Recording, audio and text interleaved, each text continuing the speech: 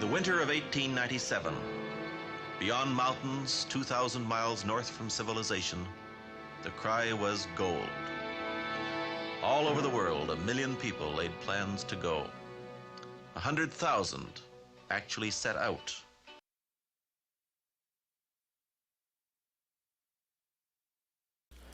The Klondike Gold Rush, also known as the Yukon Gold Rush, started in 1896 and ended in 1899. There were an estimate of 100,000 prospectors.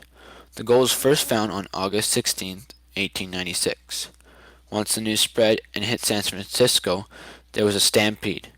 For most, it was too hard, and about 30 to 40,000 came, and about 4,000 actually struck gold. The cold weather prevented any other news from getting out. Lots of people quit their jobs to become a prospector for the Yukon Gold Rush.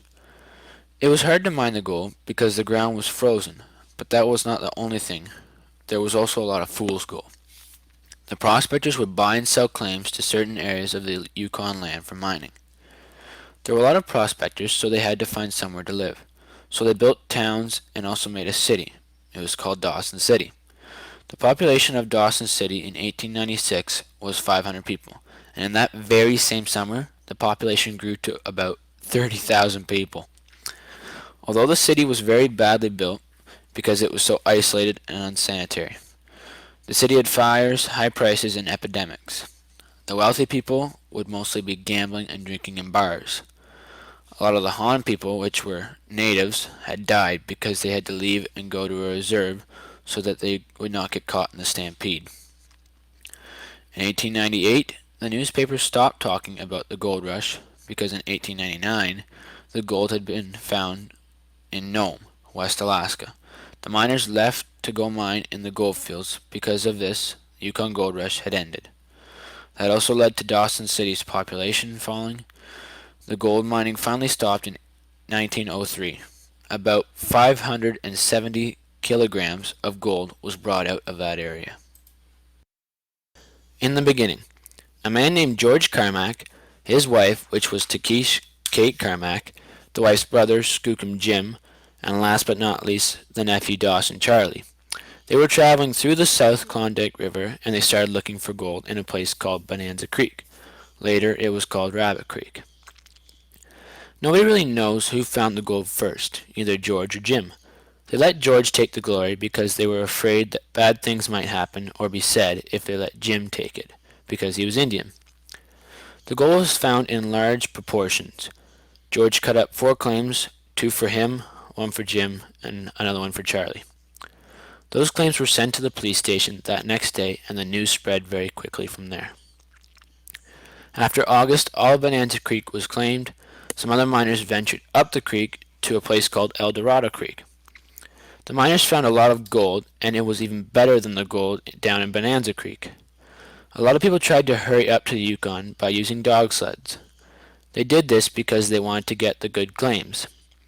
The ice made it impossible for ships to get through, but in June 1897, it was when the first wave of boats left the Yukon carrying the gold that the miners had dug out and the true story of how it happened. About 60 to 80% of the people that went up were Americans. Seattle and San Francisco were fighting hard to see who could get the larger proportion of the trade when transporting and dealing with the gold. There was a man named William D. Wood.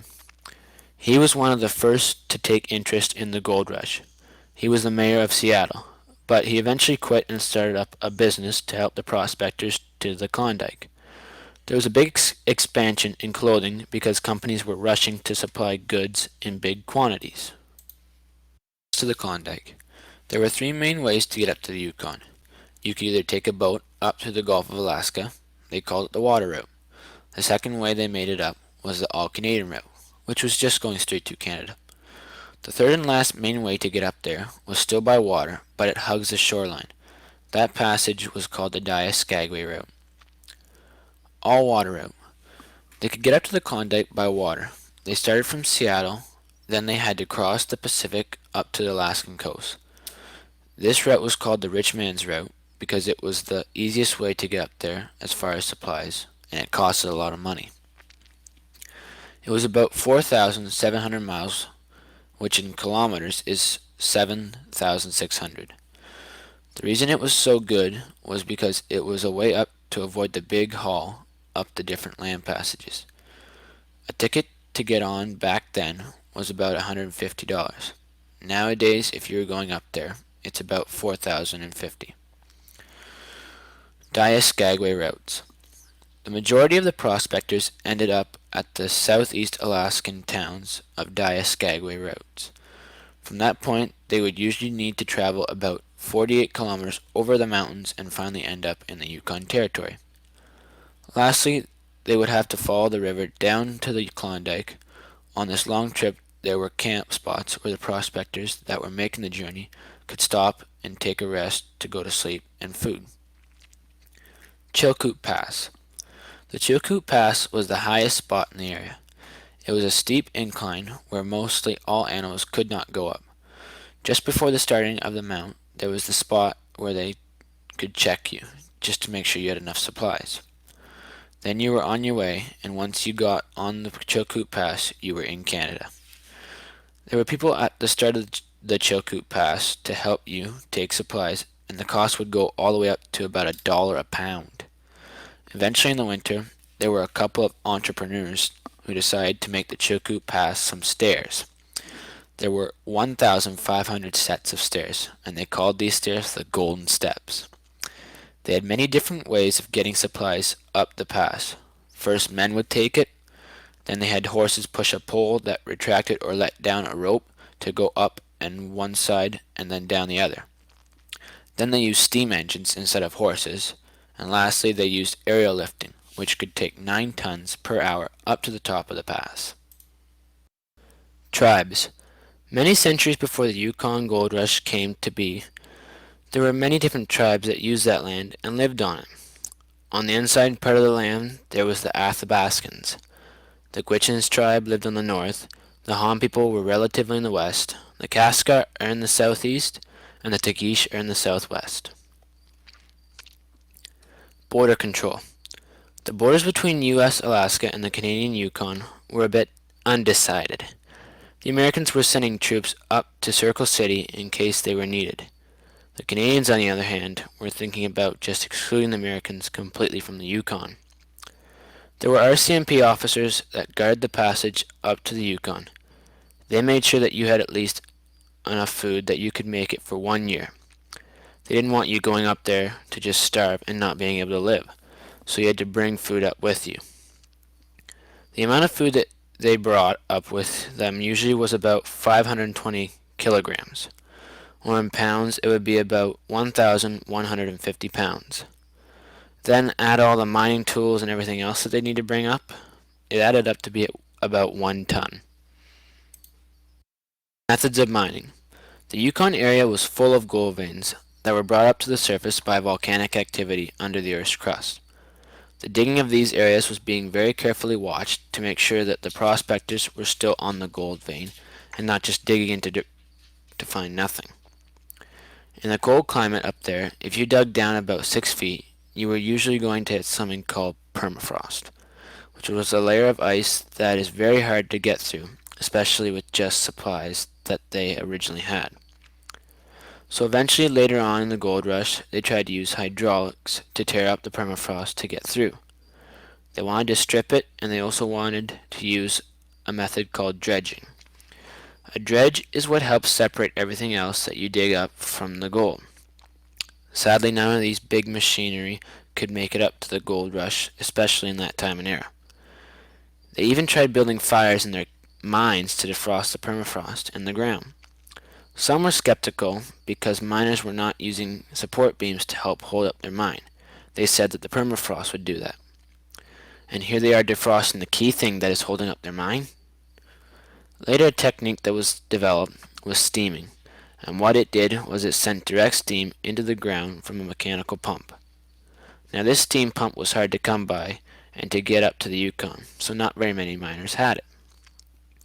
The miners used something called sluices to separate the unfrozen ground from the dirt during the summer. There were 2 different types of methods on how to sluice for gold. One was by using water and a bunch of wooden boxes that filtered out the dirt but left the gold to sink to the bottom and catch, because the gold was a lot more dense than anything else they were going to be digging up. The second method was used primarily up on the mountains where water was not very accessible to get. So they used a rocker, which was a big box that was filled with dirt and gold, and it would shake and all the dirt would fall through, but not the little pieces of gold. Business. For a mine to be successful and operational, you had to put at least $4,600 into it in order to make it work, what with dams, ditches, sluices, and wood that was used for burning in the mines. It was an expensive operation. In order for you to start mining, you needed a license, which you could get either in Victoria on your way up, or you could get it in Dawson City.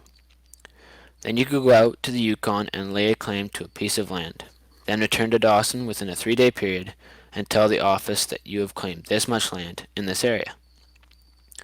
The way they usually did it was they would allow miners one whole year with no fees, but then the next year and every year after they had to pay a sum of about $100 back then to keep the mine. The way you could go about buying a piece of land was, after all the arguing, the land had to be no more than 250 feet, and you could either buy a piece of land that was unproven, which meant that nobody knew if it had gold on it, which is what the poor man would usually buy, or if you're a rich man, you could buy a proven claim, which was a piece of ground that had proved to have gold in it. So there were two different ways of going about buying claims. The ending. The ending of the gold rush started in 1898, when gold miners left because there was not enough work, and the newspapers started to leave that subject as well. They had to get rid of any other goods that they could not sell. There were a lot of different things that started happening, like getting bathtubs, pianos, billiard tables, carpets, and a menu that was in French. So I'll just sum it up for you. Pretty much, it got a little bit more higher in luxury, and this made it not as attractive for prospectors. But the thing that really ended or taken a big role in the end was the finding of more gold in another part of Canada and Alaska. In August 1898, people had found gold in a place called Atlin Lake. That made a lot of people interested, but there was another place that people had found even more quantities of gold. This was found in Nome. In the year 1899, a whole bunch of prospectors left different places to go to Nome. About 8,000 prospectors just from Dawson had left to go to Nome in just 1 week. And that's how the Klondike Gold Rush, or otherwise known as the Yukon Gold Rush, had ended.